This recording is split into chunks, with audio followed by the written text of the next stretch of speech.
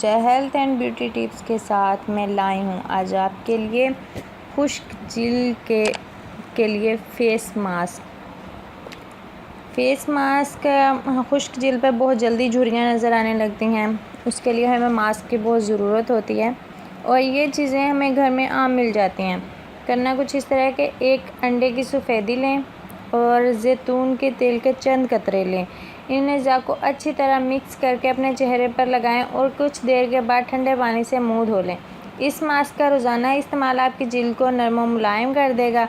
अगर झुर्रियाँ नज़र आ रही हैं तो इनको ख़त्म करने के लिए इसमें शहद और लीमू का रस ऐड कर लें, थोड़ा सा ना, चंद कतरे शहद के और चंद कतरे ही लीमू का रस, और इसको 20 मिनट के लिए चेहरे पर लगा रहने दें और उसके बाद धो दें। आहिस्ता आहिस्ता झुर्रियाँ भी ख़त्म हो जाएंगी और दाग धब्बे भी ख़त्म हो जाएंगे।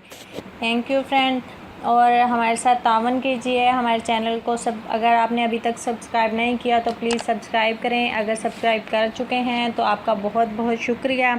हमारे साथ रहिएगा। ओके, अल्लाह हाफिज़।